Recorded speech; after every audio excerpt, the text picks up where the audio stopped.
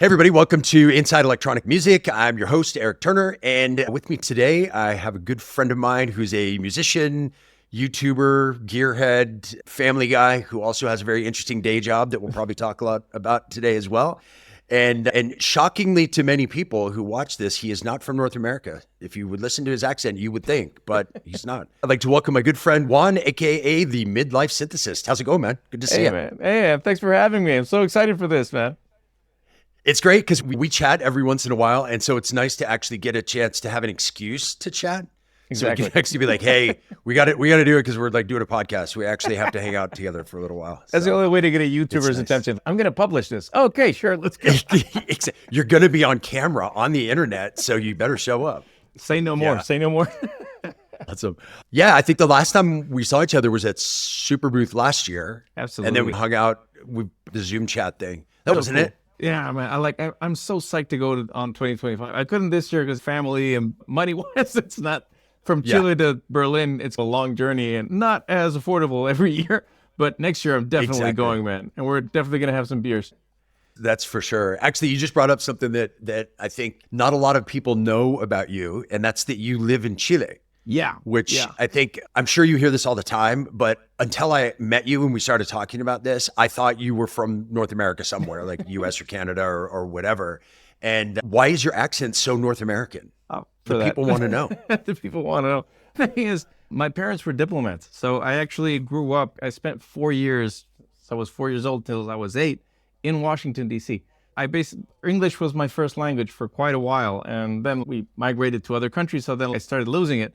The accent remains, but if suddenly I start to glitch out, it's just my mental translator's not working. So please be patient. That happens when you speak multiple languages, for sure. Yeah, big surprise. Most of my videos are heavily scripted. If not, they would last for 3 hours. I'd be like trying to get a sentence. Bouncing back and forth with English and Spanish. Exactly. That was only when you were little that you were traveling a lot, and then you settled in Chile and lived there for the rest? Yeah. The thing is, like, my whole family is from Chile, and I went to the USA, then I went to Brazil. Then I lived a while in Lebanon. Then I lived in South Korea. And when it was time to graduate and start looking for a career, my parents wanted all of us, we're 5 siblings. So they wanted us to be like all over here because like my parents had met other diplomats that had like their whole family just scattered everywhere. So like Christmas was a nightmare. They didn't want that for us. So that's why we all studied here.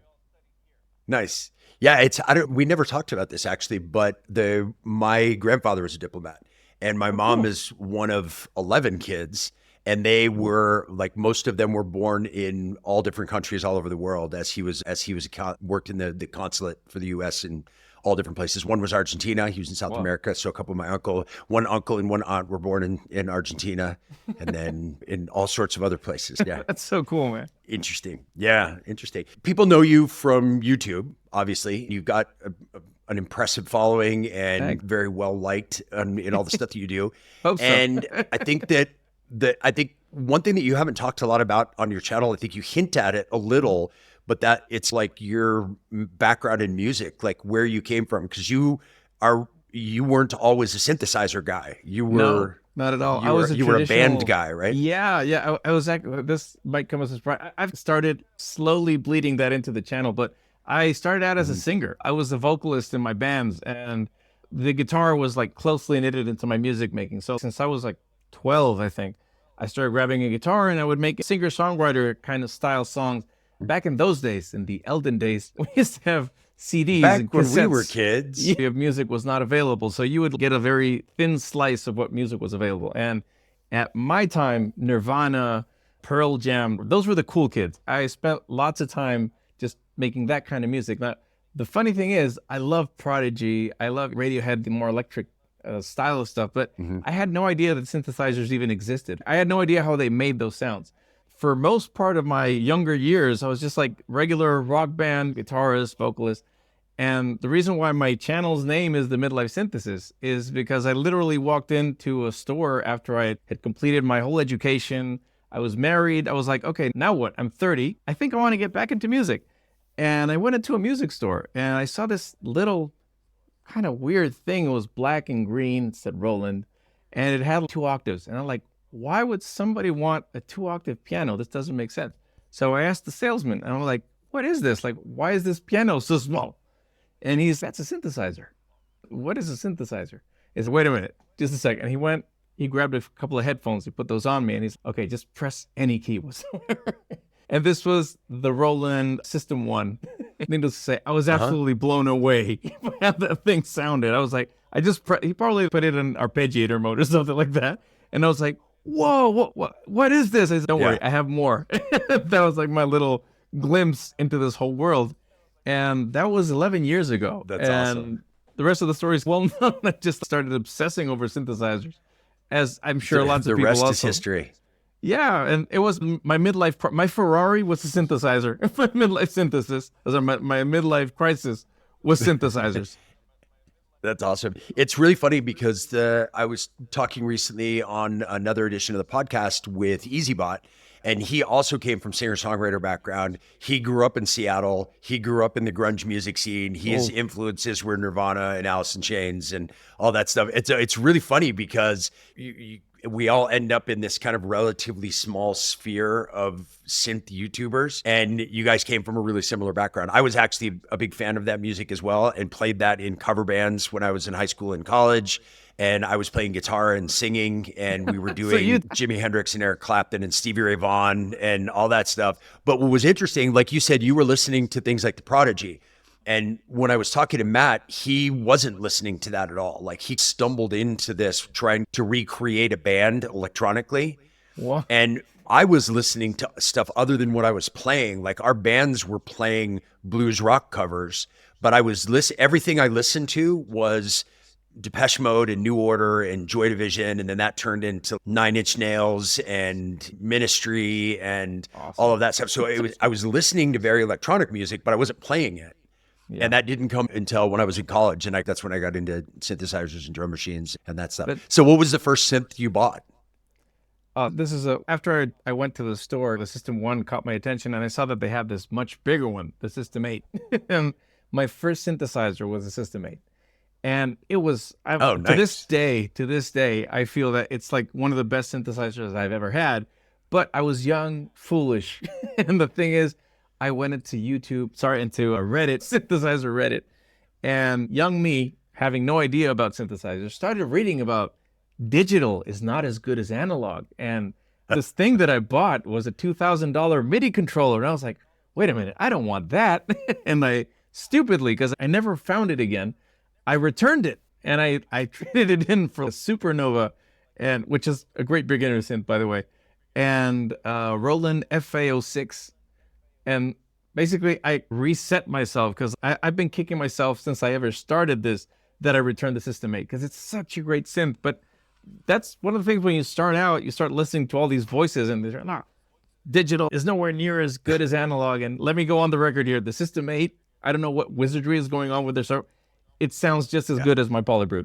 There, I said it. you fell victim to the synth hipsters. Absolutely. That said, you have to think a certain way. Yeah, exactly. I think we all have to go through that. I think so too, and I think it's something that I know you work against on your channel, and so do I, and so do a lot of the others. So much bad information out there on gear, and a lot of it, and it's actually, this is one of the things I wanted to talk about. I watched your YouTube video the other day that was about like shilling as a YouTuber. Yeah. That was a fun section.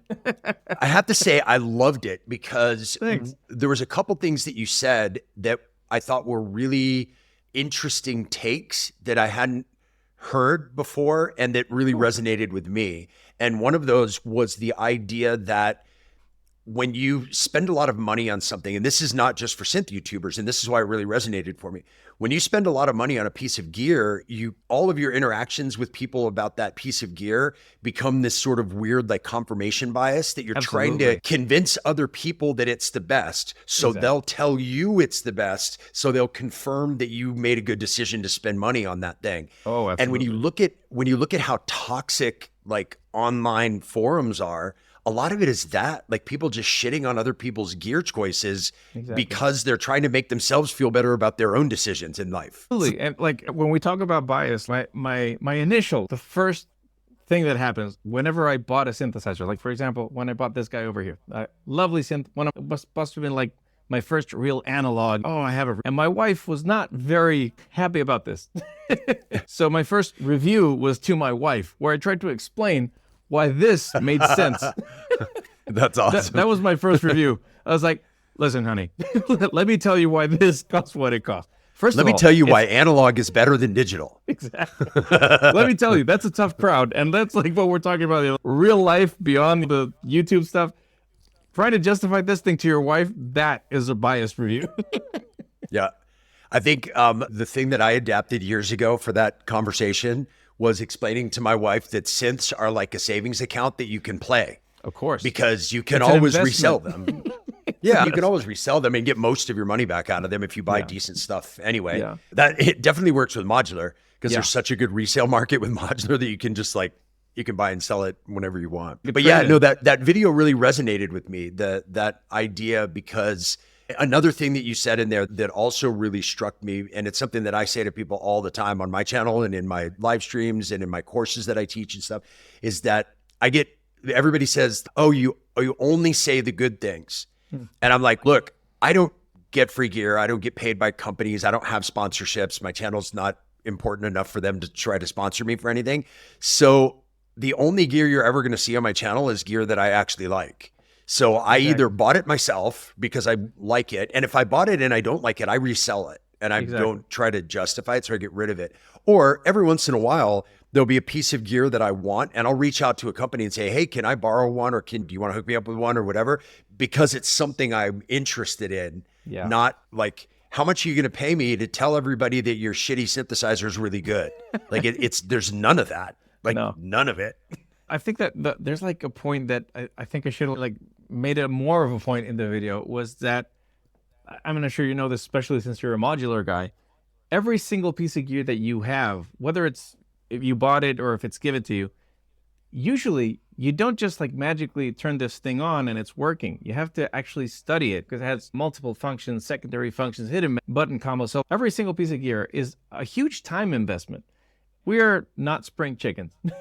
I'm 41 and I don't know. I don't want to spend 15 hours learning something that doesn't excite me.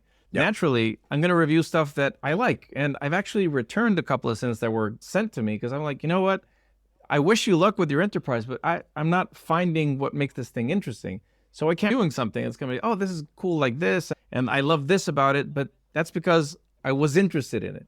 And I once again fall into this, oh, but it was a free gift or whatever, which we can get into the details of whether or not it's free if we break it down. Why? But I want to just say one thing. My OP1 review that I did 3 years ago, I bought the OP1 full price. I was in the USA. I saw it. I saw one of Andrew Wong's videos. I was like, oh, this is definitely a good investment. I love the OP1. It's probably my most biased review because I was just so in love with it that even the lighting is romantic. It's almost a love letter to the thing. And that wasn't even sponsored. Teenage Engineering, I don't think they even know that I exist. So it's right. I'm not sure like when people talk about bias, because the thing is, yeah, of course, there are some people out there that are willing to take money to say good things. That's called a commercial. I don't do that, at least, because I'm not interested in commercials. But there's always a bias. Whatever you do, if you have a car, if you buy a new car, you're going to compare it to the cars that you had before it, or the one that your cousin has, or your mother-in-law has. I don't know, but you're always comparing this to another thing. I remember there's this guy, this neurologist that talks a lot about dopamine on YouTube. And he's cycles of dopamine and how one thing taints, if you taste a cup of coffee, the next cup of coffee will be sweeter or bitter depending on the previous one you had. So it's always a bias. It's always a bias. So the thing is, like, having a completely transparent review, you'd have to have it AI generated by a computer. And I've tried that and it's so boring. It's so boring. That's why I've really made a conscious effort on my channel to stay away from review videos.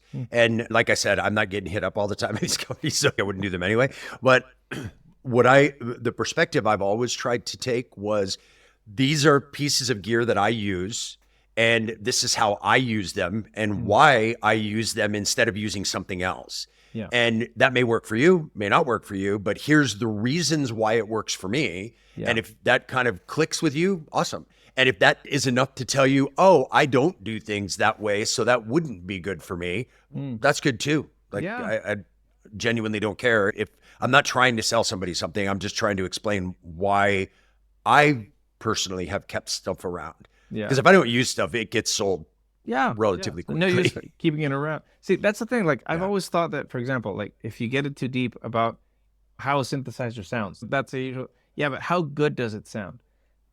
It depends completely on what you expect from it. It's like how ketchup good are or you? like mayonnaise. Yeah, I don't eat fish, for example. I have no taste for fish. Some people just love fish and seafood is the best. I don't like seafood. I think the same thing about synthesizers. What sounds amazing to you might sound like farts to me. I don't know. It's so subjective. Like, why spend time on that? Try to listen to it. I'll try to demo it, and you can make your own opinion. I take a page off of Victor Wooten's book. That anyone who's listening, Victor Wooten, amazing bassist, probably one of the greatest alive right now. He's also an amazing teacher. And one of the things that I really loved about one of his books, he says, he's talking like to a teacher that's trying to elevate his music. And he tells him, I can't teach you anything. I can only show you. And you have to decide if you want to learn or not. I have the same approach with YouTube videos. I'm only showing you what I've seen, what I think. And you have to piece together with my video, with, 10 other videos or articles or demos. You have to piece together like what makes sense. Because I can only show you what my perspective is, which is this. And you're trying to find this. We all are. So, and no two perspectives are going to be the same. Perfect example. You were just talking about different things for different people. I am not an OP1 fan, and I'm not a hater because of the company or because of whatever. It's that I didn't gel with the workflow of the OP1. I loved the form factor and the build quality. And I was like, man, if this thing was easy to sequence and it was easy to integrate into the rest of my system, I would use it as a traveling sketchpad. And then I would take it back into my system and I would connect it to my modular and I would send things out to it or whatever. But the workflow just doesn't work that way. So for me, it didn't gel. And honestly, if the workflow had worked, whatever. If I felt like the price was worth the workflow, I would have not complained about it. But I'm not one of those people that's, it's not worth the money and they're trying to go. It's, you know what? If it's good for you, it's worth the money. Dude, and if it's not good for you, it could be $500 and I still wouldn't buy one because it's not good for me. I at some point I was like really concerned about this, like who used to play guitar or other instruments. If you go into Sweetwater, you see the bass selection. There's $5,000 basses, and we're talking about 4 strings and a wooden body. You can tell me whatever you want. It's custom, and the wiring is gold plated, whatever. But the thing is, at the end of the day, it's 4 strings, and it does the same thing as a Squire. So the value is what you perceive out of it. And if you think that, dude, I would love to have this $5,000 bass, or there's another really big brand called Fodera or something like that. I'm sorry if I butchered that name or if it's not that, but there's this very elite, I don't know if they're handmade or something, but we're talking $15,000 for a 4-string bass, 5-string bass, whatever. And the thing is, when you look at the pricings on that and you're like, okay, maybe it's too expensive for what I expect to buy, but I stopped commenting on that because, for example, for somebody who makes, I don't know, $10,000 a month, maybe that's, it's nothing. It's pocket change. For somebody who can spend maybe like, I don't know, $500 every 6 months on gear, that's way too expensive. So it just depends on what your situation is and what you're trying to get out of it. There's people that like only have their whole studio built around one thing. For example, like people that EasyBot, he's like the Electron Trilogy, the Octatrack, and that's it. I don't need anything else. There's other people that have these huge studios. It all depends on what you're trying to do and what your means are. So talking about price, and I'm not defending high pricing. I think that objectively there are things that are overpriced. There's no denying that.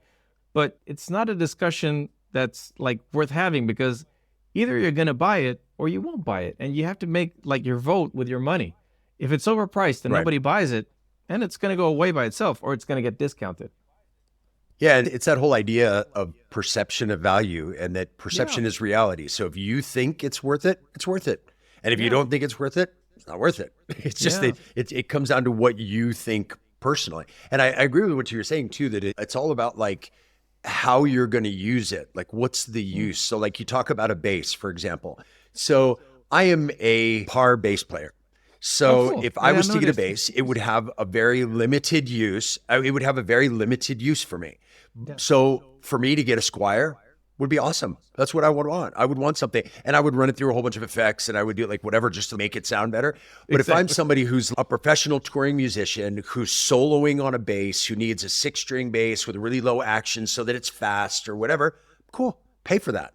Because your use is going to be way different from mine. I have no problem spending certain money on gear that I find value in. Yeah. But then there's other things that I'm like, man, I wouldn't buy that at any price. Like it just, it doesn't matter what the price is. Because, and for other people, that might be the most valuable piece of gear to them personally, because it really gels with them. So that's great. That's what a time to be alive, right? Yeah, there's so many great options that we've got, that there's something for all of us. But sorry, this isn't scripted, but one of my kids just woke up. Just give me 5 seconds. Yeah, no worries. While Juan steps away, we'll just talk for a second. One of the things that we're going to be talking about a little bit later on in the video is balancing life and family life. So he doesn't realize that he's put us in a good place for a fun segue into what's coming up next. But also one quick shout out, if anybody out there is interested in one of my live performance courses, it's called the Hardware Performance System. That is available through my website. So you can go to surcolive.com/courses, and the course is available. We do a different cohort every month. Every once in a while we'll skip a month. So just take a look in there and see what's on sale, what's available at the moment. Space is really limited for each because there's a lot of individual one-on-one time. And so I just want to make sure that there's enough time for everyone and that everybody gets the most that they can out of the class. It's not just a video course, although there is a pretty extensive self-paced kind of video section of that, which is, I think it's 50-ish videos. So if you're interested in that, it's the Hardware Performance course. It's all about performing live on hardware with kind of gearing towards the improvised live performance side of things. Again, that's available on my website on surcolive.com/courses. There he is. Did you get her back to sleep? Yeah, sorry, man. No, my youngest was having a small nightmare. that usually happens when I'm in the middle of recording. Used to it by now. Not a problem at all. Talked about this a little bit. This is a perfect segue into digging into this a little bit. So you have a YouTube channel. Yeah. You make music. You are married and have 2 kids. 2 kids, 5 and 3. 2 kids. How old are your kids? 5 and 3. My daughter is 5. 5 and 3. And my son is 3. You have a full-time... I'm a full-time dentist and university teacher. So, yeah, so you probably have tons of free time to make music and learn new synths and all that stuff. So yeah, of course. That's one of the things that I really wanted to chat a bit about. Like for me, my kids are older, so that's like not a factor. I have my own company. I work from home, so that makes things a bit easier. That sounds so cool. Are you I'm hiring? just in awe. Yeah, exactly. Being self-employed is always hiring. Yeah, that's true. It's not very consistent, but it's always hiring. So the question I have for you is, what do you find? Obviously, I'm sure all of it's a challenge, juggling all of that stuff. But what do you find is the biggest challenge time-wise? Because obviously there's only a certain number of hours in the day. I think that keeping myself organized, because like I'm really, how do you say this in English? Dispersed. No. My head is everywhere all the time. Like I probably have ADHD. You know? I was looking at Ben Jordan's video, and he's like, there's lots of people that aren't diagnosed, and like he started talking about what he's like, and it resonates so much. I don't know if I like have official ADHD or not, but like always tells me I'm always like looking for something new, and I think that maybe that's what happened with synthesizers. Like I found myself in this place where I was married, I had kids, I had my whole life just wrapped up in a neat little bow, and it's like just work until you die. It's like there's nothing else to do. And then the pandemic hit, and I realized that I was missing something. That's when I got into YouTube and all that stuff. Going back to the original question, I think that keeping all my lives, my work, my family, and my YouTube channel like all fitting together, that's a huge. The first 2 or 3 years that I did the channel, I was very deliberate. I wanted the channel to grow, so I was like, I need to publish something every week. And at that time, like when you're starting out, we have no subscribers, nobody's sending you gear. So everything I had to buy and sell.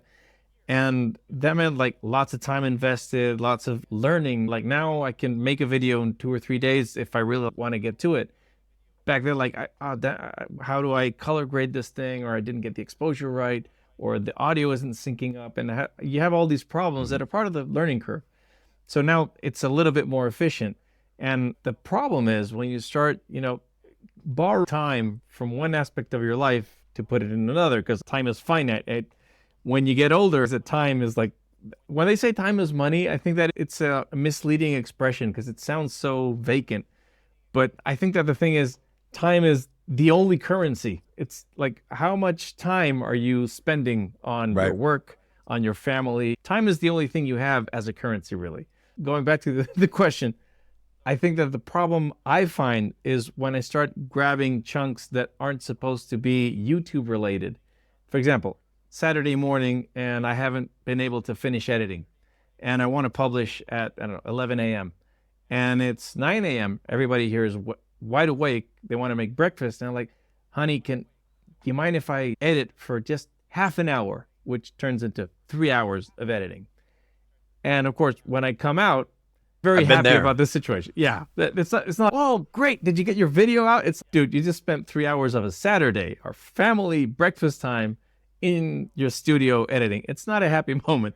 So I think that balancing family with this, because regretfully, I wish I could say YouTube is my main job and I do this for a living, but it's not. It's absolutely hobby/side gig. I do it right now because I'm passionate. Thankfully, I've been able to make it work as a self-sustaining business, but it's not really a profit yet, hopefully someday. But the thing is, I have to work a full-time job. I have a full-time job from 8 to 7 p.m. Family time, 7 p.m. till 10 p.m., 10:30, and then 10:30 to 1 a.m. The problem is, you start sacrificing sleep. You start sacrificing health. And I think that I'm really starting to see the repercussions of it now, where I'm overweight. I was like really anxious. And in the last 6 or 7 months, I started, okay, I can't stay, once again, I'm not 16. I can't stay up until 2 a.m. every day now. So, okay, let's start cutting back on this. And let's not publish every week. Let's publish every 2 weeks or maybe 3 weeks if you're inspired. But let's cut it down a bit so it can remain sustainable health-wise. And that's the other slice of life that I need to really get my head in is I work with lots of people. I'm an implant surgeon, by the way. I'm a dentist and I do implants. So most of my patients are older people. And I get to see the effects of aging and it's terrifying. So the thing is, I've started to become very aware that my body is no longer thriving, but it's starting to slowly deteriorate. If I eat a Burger King, it's not free anymore. I start to feel bad. It has a repercussion. Right. So the thing is, I'd say that my biggest mission for 2025 is being able to balance work, family, YouTube, and health or eating well or whatever, trying to stay healthy, sleeping 6 hours a day. Because 2023, I was sleeping 3 or 4 hours if I was lucky. Every day, every day editing or shooting or 3 or 4 short. I'm like a 5 to 6 hour a night person. Yeah, that's the thing. I'm like an 8-hour person, but I forced myself into 4.5, maybe 4 if I'm lucky. Yeah. No, I know that can be it can be a huge challenge, and I think it is interesting. Also, I think for a lot of the people who will watch this, that I think.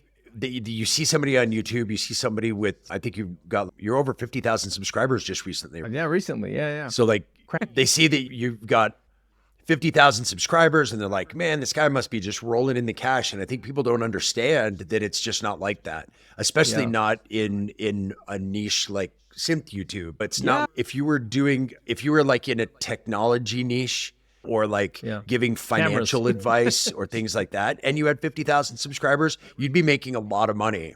You'd be making a lot of money off of sponsorships and things like that. But this is such a micro niche of the music world. It's right. I think that the other thing is how YouTube works right now. It gets hard. Yeah, and I think that the way that YouTube works now, I think that most people aren't aware of the changes that have been made like on the algorithm. Because before 50,000 subscribers was like, wow, this is great, because now every time I publish something, I'm bound to get 25, 30,000 views on each video, and that makes it sustainable.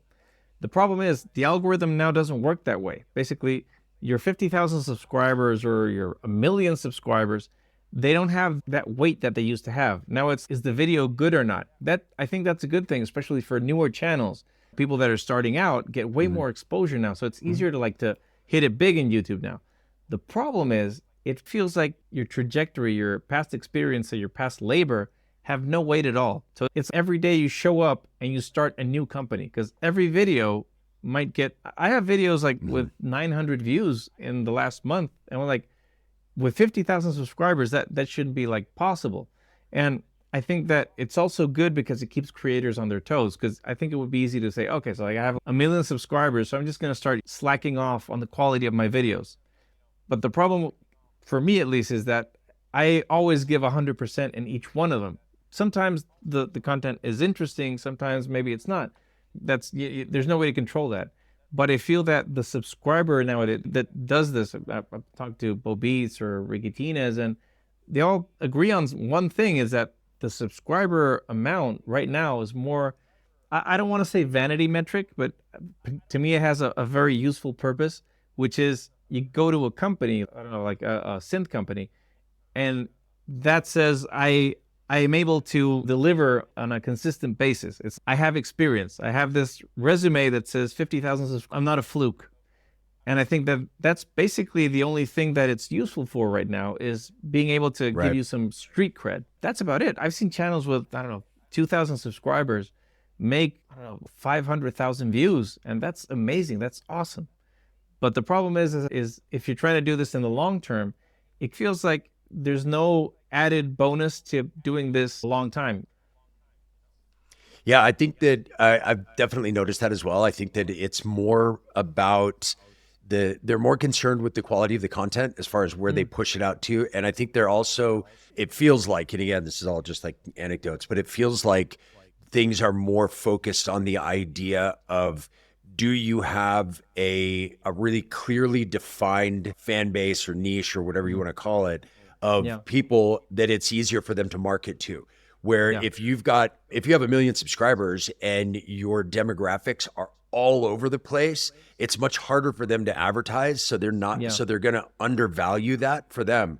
Where if you have 2,000 subscribers, but every single one of them is, I don't know, to put it in synth terms, every single one of them is a Deluge user. Okay, when Deluge wants to advertise, they're more likely to go to you because you have a really targeted thing. And of course, that wouldn't make you any money in this world. But if it was in one of those other niches where it's, okay, you're in the electronic space and you're specifically doing, I don't know, sports, like what do they call them? Like the cameras that are good for like doing action sports and stuff like that. Action cams. Yeah. So if that was your niche, okay, then those people that want to advertise to that demographic know exactly who your niche is. So they're going to go after that. Where if you're just cameras, they're like, okay, cameras, who's that? We don't really know who that is.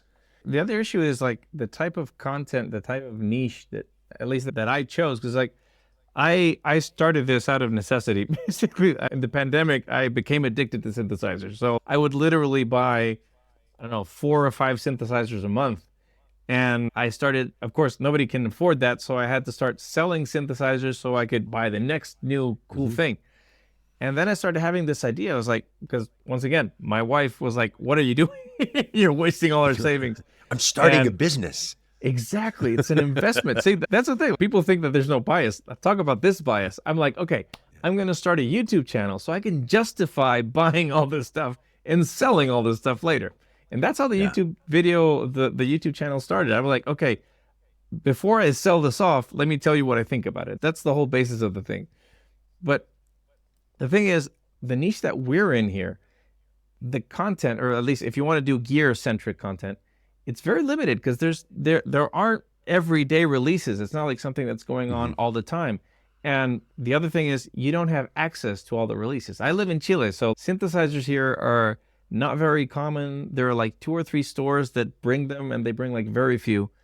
And that's a huge issue, because I know that my USA counterparts, they have the system where they can borrow something off the floor, maybe like small shops in their towns that they can get access to this stuff. It makes it much easier. Over here, I have to import everything that I want to review. And that means that everything I review has a huge tax like laid upon it. So I don't have access to that much gear. So like I couldn't do an absolutely gear focused channel even if I wanted to. And that's why this has always been music and gear both combined. And the thing is, when you look at the metrics, every time I release a music video, now, I'm not sure if that means that I'm not very good at music. That's also a possibility. Maybe my music isn't that good. But I think that people are more interested in the process and the tools used to make music than to listen to other people's music. And I think that of our generation, because this possibility that everybody can make music, people are more interested in the music that they can make than the music that others can make. And it's a symptom of our times, I think. Yeah, I also think that in this world of algorithmically curated streams, and you're like, what do you see on your feed, is if you, let's say 80% of your videos or 90% of your videos on your channel are gear, the algorithm is going to feed that to gear people. Where if 80 or 90% of your videos on your channel were live music performances, it would feed those to live music performance people, and I'm sure you would get more views. And the gear ones would be, those people would be like, what is this gear stuff? I don't want to see any gear, and you wouldn't get any views on those. So I feel like you create your own space, your own algorithm, because of how they work. Like all YouTube cares about is that people are going to spend time on the platform so that they can get ads in front of them, so that they can make revenue off of ads. That's how it all works. That's how the business works. It's a so business. they want to make sure that they're going to send it to people who are going to be interested in it. So if you've defined your niche through your release schedule and the stuff that you've done, that's who they're going to show it to. They're not going to show the music videos to people who are into music videos. So you would never get seen by those. I can't remember who it was, but I saw a really interesting YouTube video about how to move your niche. And they were talking about, if you want to go from one niche to another, to move it like in stages and try to figure out what were the intermediary positions between the two things. And over time, progressively move your audience there. And you'll lose some from your original audience as you gain new people from the new audience. It was really interesting. It was a girl, I can't remember what was her name, but she started off in YouTube doing like marketing tutorials and social media and how to do Instagram. And then she turned that made that more focused on how to do YouTube. And she had, 500,000 followers on how to do YouTube. And she was getting burnt out, and she felt like she was running out of things to do. And she just had a baby. So she was then transitioning everything to work from home with the family, how to set that up, parenting, all of that stuff, and how she slowly moved her niche from one place to another was really interesting. That's so cool. I've always Instead of just like dramatically shifting overnight and then you lose everybody. It was like bit by bit, and you gain as you lose, and you stay at the same number for a while because you're gaining and losing at the same speed. Yeah. And then you can start to build in the new area once you got them all over there. Yeah, that sounds amazing. I think that you have to do a transition to something that's kind of related, but at least a little bit related to what you're doing. If I started like a gardening channel, I don't think I could transition many of my people into that. But I've always thought, I've been trying to do this lately. I love gear, so I would never like cease to do reviews because I just love trying out new stuff, because I'm the generation that had Nintendo, Super Nintendo, Genesis, like every year, every couple of years, we had like a new toy that was much better than the last one. And I think that mentality stuck to synthesizers, where you're always like expecting, okay, so we have the Polybrute, now we have the Polybrute 12. When's the Polybrute 24 coming out? And so I don't think I could ever leave gear, absolutely. But I am trying to slowly but surely make it more about music and creativity. I think that as I said before, gear is something that you'll get like maybe, I don't know, 20 kits or 20 pieces of gear in a year. But creativity is evergreen. There's always some idea, something you can pluck out of thin air and make a video about it. Like, for example, today I was listening to a song I made when I was like I was probably 20. And I was like, man, those lyrics were really good. And my lyrics suck now. So I was like, maybe I should do a video about it. I'm thinking of a script about it. It's like, why do your lyrics suck after 30? And I think it's because like you have more stuff figured out. There's none of that teen angst there. Love like this thing, and like you just got your heart broken. Now it's like my kid woke up at 3 a.m, and that's what my song is about. Able to sleep. My back hurts because I sneezed too hard. Exactly. I think when you're younger too, you're having so many new experiences. Yeah. That all of it is really super exciting because so much is new. And then once you've had similar experiences over and over again, it loses its luster. And so then you can't write, you're not as inspired to write about it's it. harder. It's not a new thing anymore.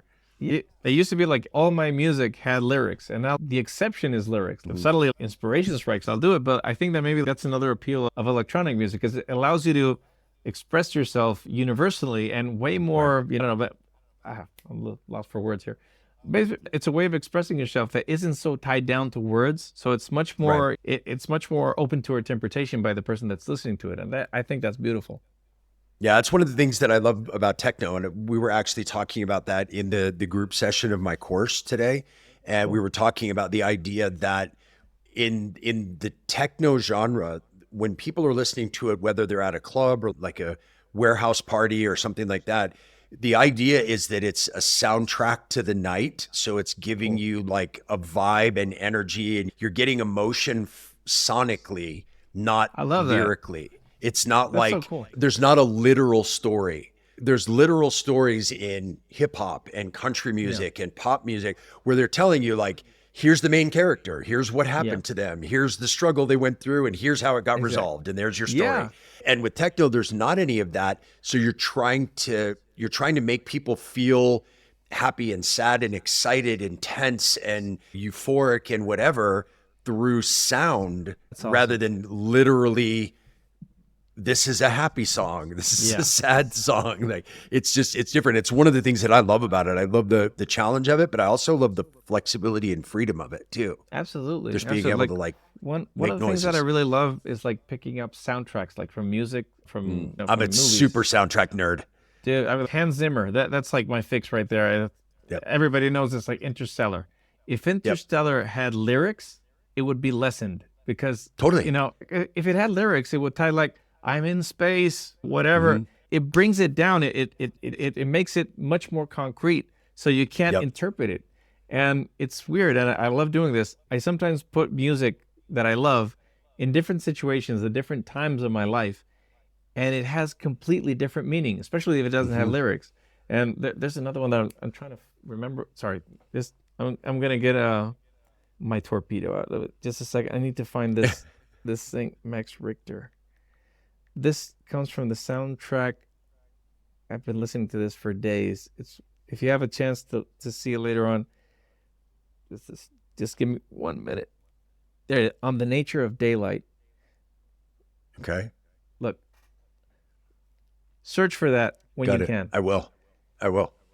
Dude, if you listen to it, eyes closed, ideally near sunset, you will literally feel the expanse of the universe, and then suddenly your lifespan, all in that piece of music. It's 3 minutes of heaven. And depending on where you are, what you're doing, it has completely different meanings. It can be sad, it can be inspiring. And that's what I love about this music that we're making, techno, electronic music. I used to love another like artist that I really enjoyed when I was a teenager was Moby. And I don't know if you recall Natural Blues. Of course. I love that song. And it's just, it has like very simple lyrics, but it's just like, why does my heart, or something like that. And it's just this chant, but it doesn't really tell you anything. It doesn't really ground it down. And I love that about it. Yeah, that's always been one of my favorite things about electronic music is that there's, depending on how you approach it, and again, this is probably why I gravitate towards the techno side of things, there's no rules to it. So there's not a thing where it's, okay, a song has to be 4 minutes long and has to have an A section and a B section, and it has to, there's just no rules. I can go in and I can explore, and I can do melodies, or I can be atonal, or I can make it be all percussive and super primal. And there's not anybody that's going to be like, yeah, I don't know, we just can't put that on the radio. So it doesn't matter. So it Yeah. gives you all this kind of extra freedom to just go out and make the sounds you want to make. And it's But why I see- gravitated towards synthesizers, because since there's no rules, you want to play an instrument that gives you all the possibilities, right? And not have a Fender Strat sitting over there and it always sounds like a Fender Strat. Like, Yeah, It exactly. may sound like a Fender Strat through a Fender Princeton chorus, or it may sound like a Fender Strat through a Marshall, or it may sound like, but it's still going to sound like a Fender Strat. It's a guitar And- at the end of the day. Exactly. And everything else is, man, I'm sitting here with my modular next to me and I'm like, that voice, I can make that sound like a kick drum or a bass line or a hi-hat or an organ or a piano just by changing the settings. Yeah, absolutely. And it just I makes love it so that. much fun. I love it. Though it does become a problem, like for example, on the Sub 37, because the thing does bass amazingly well and it does leads amazingly well. And it's okay, so I need 3 of these. Put it in one over the other. Yeah. I Funny consulted story. with my wife and it wasn't going to happen. Yeah. Funny story. You were talking about the Interstellar soundtrack. I saw an interview with Hans Zimmer and he was talking about the main melodic theme. It's a very simple, it's like probably like 12 like or 3 15 notes. notes. Yeah, it's like yeah. really like very simple. And he talked about how he came up with that theme. And the writer producer of Interstellar came to him and said, hey, I'm going to be doing this new movie and I would love to get some musical ideas from you. He wasn't even talking about having him score the movie. He was thinking about it, obviously, but he wasn't saying that directly. And he told Hans Zimmer, he said, can I come by tomorrow and you can show me some of your ideas and I'll give you a theme and you can write between today and tomorrow. And he said, okay. And he said, I just want you to write a theme about the feeling that a parent has for their child. Whoa. And that was it. That was the And problem. Hans Zimmer That was it. like, okay. So in the next 12 hours, he didn't sleep that night and he was messing around and he came up with that theme. And the idea was, he said he was thinking about like his feeling that he has for his son and how to simply put that into a few notes. And then he said, okay, this is going to be a science fiction movie about traveling through a black hole, like all this stuff. But that wasn't at all what he told him to get the idea. The idea Man, was, that's so cool. I want a theme that is how a parent feels about their kid. Yeah. Wow, man. And now when you listen to it, you'll never unhear what I just told you. That's crazy, you, man. You listen to that That's and you're crazy. like, and it'll just bring a tear because you're like, I'm a parent. I know that Yeah. feeling. I know exactly I know what he's that saying feeling. right there. Exactly. Wow, man. Who's the other like movie score writer that I absolutely love, composer, is Ludwig Göransson. What? He's like he's my new super nerdy one. Hans Zimmer for me is like the best that there is. And I think Ludwig Göransson is right there with him. He's from Sweden. He did the soundtrack to The Mandalorian. He did the soundtrack to Tenet. Did you ever see the movie Tenet? Yeah. Which is amazing. genius. Yeah. Interesting thing about Tenet, there's actually some really cool YouTube videos about this. There's one that's from Thomann Synthesizers in Germany. One of the guys, Felix from Thomann, did a video on the Tenet soundtrack and how you don't notice it when you're listening to it, but when you break down the tracks that are in that, there are times when certain tracks within the score are running backwards while other tracks are running forwards Oh man, that's genius. to go I with love the that. theme of the movie. And you don't hear it until you like really focus on it. And then again, you can't unhear it. You're just like, this guy's a that's so genius. cool. Like, how did I you love even that. think of that? I Yeah. love that. I love those details in music. That's why I'm a huge fan of Radiohead, because they always have this hidden meaning below the music. Maybe it's music theory. There's this channel. I forgot the name of the channel, but there's this YouTube channel that really does these amazing breakdowns of some of the best musical pieces of Radiohead. And for example, Pyramid Song, it's just crazy. It's like a whole code in there, like in music theory, and it's like the notes form a pyramid, and also like the relationship between themselves geometrically, that's another pyramid. And there's so many layers to this That's thing, and I just crazy. love geeking out on that. I would actually love to be able to be as smart I would love to be smart enough to do that kind of content, but regretfully I'm not as good with music theory, but I would just love to tackle into that stuff. I've thought sometimes of doing like music reviews and stuff like that, but I just don't feel that I have the vocabulary or the know-how. I don't think you need to. I think in this day and age in YouTube, there's like reaction videos are such a thing. You don't need to even be able to say anything. You could just react to music. Yeah, like, and have that be your thing. Yeah, exactly. You'd have to do the thumbnail of yeah, of course. You got to do the thumbnail, man. Soy face or no. Oh my God. I'm the worst at that stuff because I don't care. So I'm just like, I'm not, just whatever. Dude, I can't do it. thumbnails are the worst. Thumbnail, like I've been doing this like for a little over 3 years, and I still feel like I have no idea how to do a good thumbnail. I really suck at it. For me, the mechanics of YouTube, whether it's thumbnails or titles or whatever, your schedule for how you release, for me, I feel it's like golf. Like I will go and play golf with friends because they want to go play golf, or like with business associates or whatever. But I suck at it and I don't have any desire to get any better. So I'm just cool with, I'll go hit a few balls, I'll have some beers, drive the golf cart around. Like it doesn't really matter. Like I don't, and then they're out there obsessing over getting every little thing perfect. And I've got to work on my putting, and I've got to go to the driving range all the time. And I'm like, I could never do that because I just don't care. I don't care about getting better at it. But see, that's the thing. At least with else, like you can spend hours and hours. Sometimes you can actually spend more time overthinking the thumbnail than the video. And the reason is pretty logical. Is if you have a bad thumbnail, then automatically there's lots of people that aren't going to see the video, which you worked so hard on. So the biggest problem for me is when you have a workflow or music creativity kind of video, how do you describe with a thumbnail, I made a cool song. That's it. That's the video. So it's like, how do I make that into an attractive video? I cured the blindness of 100 people. Mr. Beast way of doing things. Yeah. There's no way to hype up a workflow video about music that way, I think. Unless you start going, I made the most fire track, and then people listen to it and that's not fire. Yeah, exactly. Then you overhype yourself. You lied to us. Set yourself up for failure. Exactly. Yeah, that's the fact that you spend so much time on it. It explains why you have 50,000 subscribers and I have 10,000 subscribers, because you care about it and I don't. Exactly. It's this year I decided like what I really enjoy doing is live streams.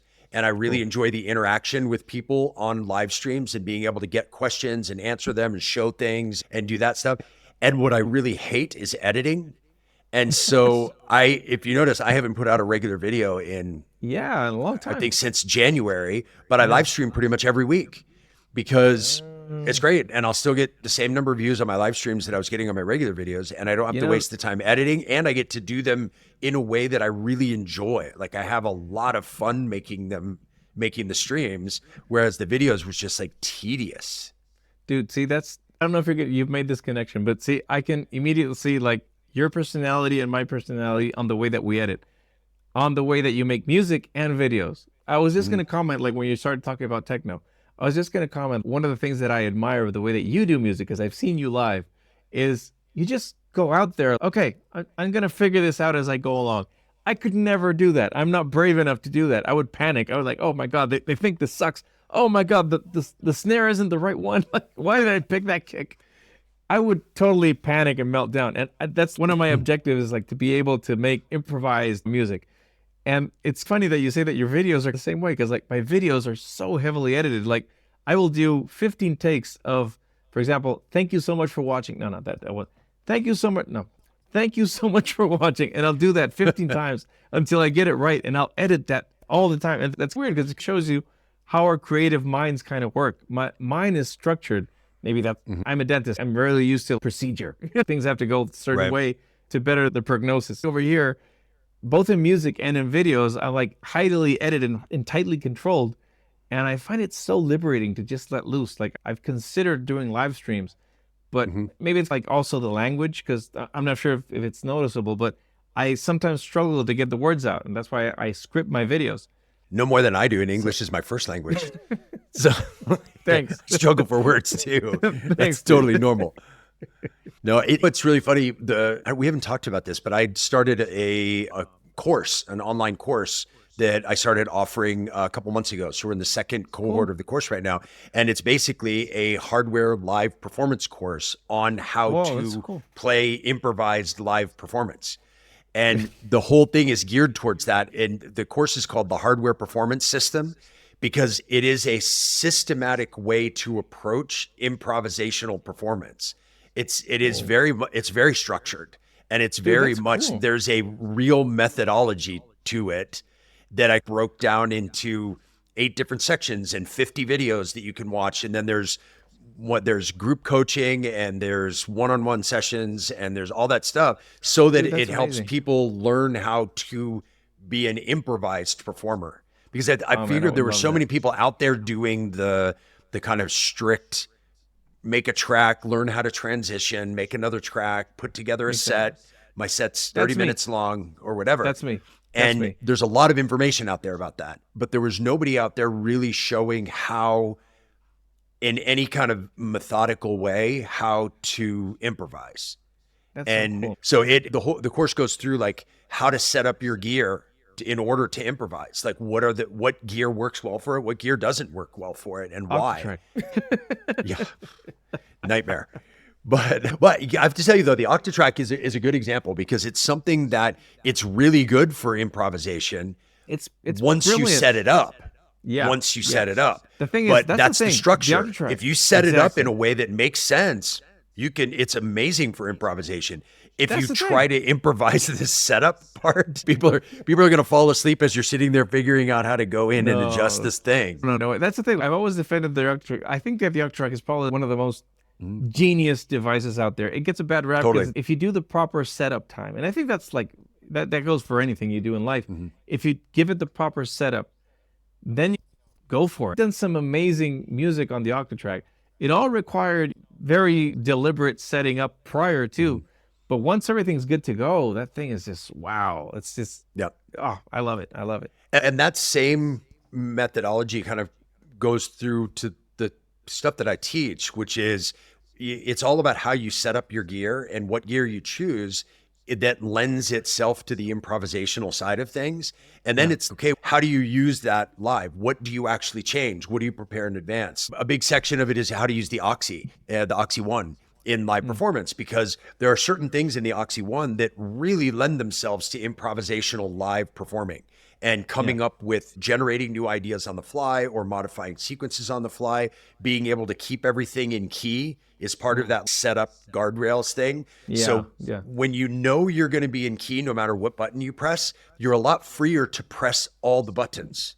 Yeah. Because you're not worried that you're going to push a wrong one. So if you set it up in the right way, then it lends itself to being able to improvise afterwards. Yeah, that's a huge life hack. That's what the whole course is. That's cool. Well, I always thought about the gear that way. You know, I think that there's, for me at least, there's 2 types of gear. There's music composition gear, and there's music performance gear. And to me, they're not like strictly separate, but they tend to go. For example, you can write music on the Octatrack, but I think that it's so performance oriented. Like, it's a good performance tool. And for example, on the Deluge or the M8, I love the M8, but I think that's a music writing tool. I'm sure you can perform with it as well, but it's, for me, like when I want to write music, I'll go like for Ableton Push, the MPC, M8. If I want to perform that music, then I'm going to grab the Octatrack, Electron gear, the Oxy, stuff that lets me like mold it in real time.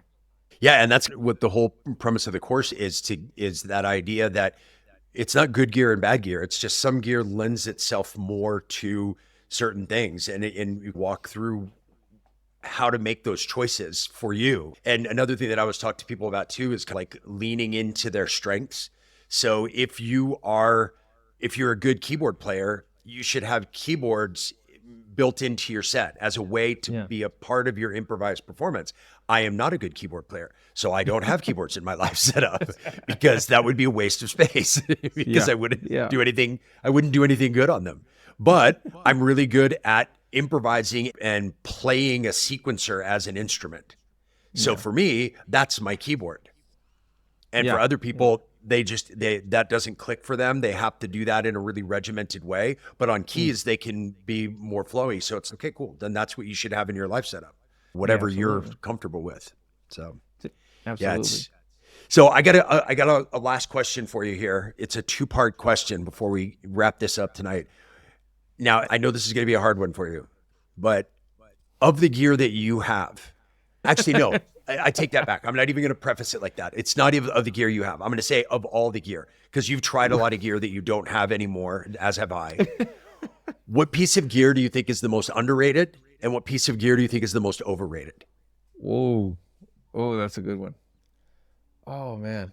You're gonna have to give me a minute here.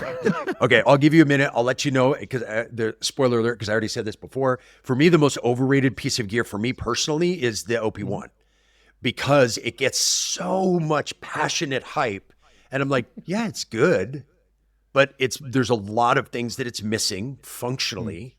It doesn't have good MIDI in and out. It doesn't have the ability to sequence easily. It doesn't there's a lot of kind of basics that they left out of it. And they'll say, we intentionally left out to create difficulty so that it inspires whatever. Put it in there and let people create their own difficulty. So for me, that one's super overrated just because of how passionate people are for something that's good, but I don't see it as amazing. So do you think of any yet? Before I give you underrated ones. I'm gonna go way broader. Okay. Overrated. I think that, and this, I hope it's not gonna spark too much controversy. I hope it does. That's the best. I love that. Let's spark some controversy, man. Okay, let's do it. The thing is, if it's really controversial, I'll chop it up and I'll use this on Instagram to promote the video. As a clip. Exactly. The thing is, lately, Midlife Synthesist says your synth is overrated. More fun with smaller synthesizers, smaller form factor synthesizers than big ones. I've had the Polybrute, the Phantom 8. I'm not sure if the Novation Peak or the Sub 37 is exactly what I mean. The System 8, for example. The thing is, big, huge synthesizers are probably like the most appealing. The big, bulky ones that you're like, hey, look at my synthesizer. Right. I've found that the problem with them is that they sound beautiful, but they're so hard to integrate into a multi-instrument setup. And we go back to what you just said about what's going to work for you in a live setup. And you can only sequence your gear. You can't play everything at the same time. If you are going to sequence it, then all those keys start becoming redundant. You don't need all those keys hanging around. It's strange that I don't want to go into the rabbit hole of modular and Eurorack, but everything seems to be pointing that as I've been slimming down on the form factor, I can use more stuff and it becomes way more fun. Like Ocos, Micromos 2, like the M8, everything compact, the Oxy 1, everything into a small setup where I have so many controls at the same time, so many timbres, so many options, and it becomes this game of Tetris. Like, where am I going to put this? And maybe an effect pedal here or there. And I found that it's way more fun than just having a huge thing. Obviously, I love huge synthesizers. Who doesn't love them? Right. But I think that maybe there's this overrate of if I just had the Moog 1, the huge synthesizers, then everything would be solved. And if you're really a good keyboard player, that's going to be your main thing. Yeah, maybe, But for most people that are doing this as a hobby, I love what I'm doing here, but I can't consider this as a job really, because I would not be able to afford where I live or my kids' schools. Right. So this is a self-sustaining hobby for now. It doesn't make sense. The Polybrute over here, there it is. I love this thing. It sounds amazing, but I can't do reviews of the Polybrute every 4. So it becomes for what I'm doing as, once again, bringing into the YouTube context, I don't have that much use for it aside from my personal enjoyment of it. And I don't have room for 6 other Polybrutes. That's the studio tour. So that's the space that I have for synths. Aside from that, I can't have too many big things. If I want another big one, I would love the Moog Muse. Chop off my hand for that one. I'm really hyped for that one. I'd have to sell the Polybrute or find some other place to put it in. So as far as overrated, I think that the form factor, the smaller is not, maybe some people think if I have a small setup, then it's not going to be as good as a huge synth. I love, especially as I've been progressing, I love small factor synthesizers, and Electron, I think they got it right, because their whole ecosystem is, you get this little modular synth and you have the trilogy, the small trilogy and the holy trinity. And it's you have everything you need right there.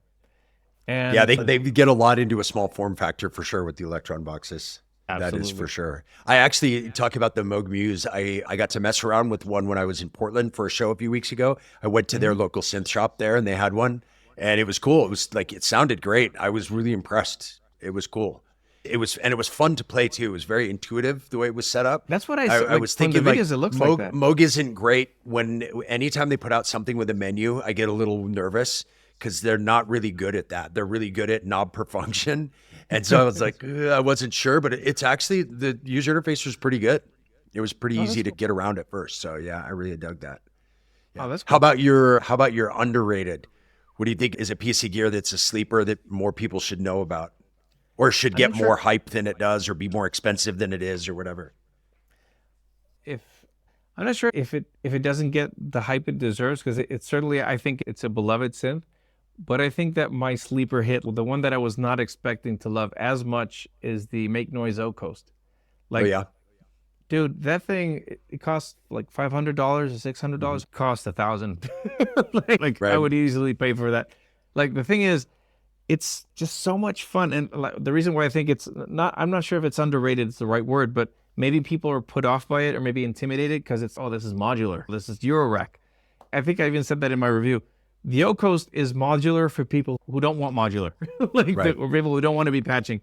It's just so much fun, and it's practically impossible to get a bad sound out of it. It's one of my favorite like music gear, bar none. If I just had to pick a few things that I could keep after like I finish this and I just wrap up the YouTube channel and sell everything, and I was like, okay, I'm just gonna keep 3 or 4 things. This is on that list, absolutely. Yeah. Would that be like, if you had to sell everything, would that be one of the last things that you sold? That's how how I rate the gear. Like for me, my analog rhythm would probably be the last thing that I sold. Although Digitac 2, it's right up there now that I'm starting to get used to that. But the rhythm is just such an amazing machine that and I think for me, what's really underrated, and this may be cheating a little bit, but I think what's underrated is the used Mark 1s of a lot of the electron gear. Like the analog rhythm Mark 1, you can get one for $500 or $600 if you get somebody who's like wanting to sell the analog it. 4, like there's people that say it sounds even better than the Mark II. Yeah, and the thing is that like you get like a rhythm Mark 1, you get all of the best features. It misses only a couple little things that you don't really need anyway, and you get all of the best features. You get a much better form factor. It's the same size as the Octatrack. And you can get it for a quarter the cost of a new one. Yeah. And you're not sacrificing anything. Even the most recent update for that works on the Mark 1 as well. No, that's so awesome. It's just, I don't understand why more people don't freak out over that and jump out there and get it. I think it's mainly aesthetics. Probably. What I was talking about earlier, like that thing, like the Mark II, the Mark III, it's always like the next one and the next. It's like having a iPhone 4 right now. It's probably working just as good. The thing is, it looks older. So it's, this must be worse. Yeah. And I think that's a generational thing, because we used to have cars for 20 years. Now cars are supposed to last like 2 or 3 years. You got a lease so that you can get a new one. Yeah. So you can always trade them in. Yeah, exactly. Hey, I think we'll call it there. It's been awesome to chat with you. Thank you so much for doing this. And I just, as a last thing, let people know where they can find you. Obviously, they can find you on YouTube at Midlife Synthesist. Is there anything else? Do you have website, Instagram, any of that stuff you'd like to let everybody know? Instagram, Midlife Synthesist, and the YouTube channel. That's basically it. That's where I hang out mostly. Dude, thank you so much for this. This was like so much fun. And thanks for having me. Yeah, anytime. You're welcome back whenever you'd like. I'd love that. Awesome. Thanks very much. And thank you guys for tuning in. And we'll see you again soon. Bye-bye.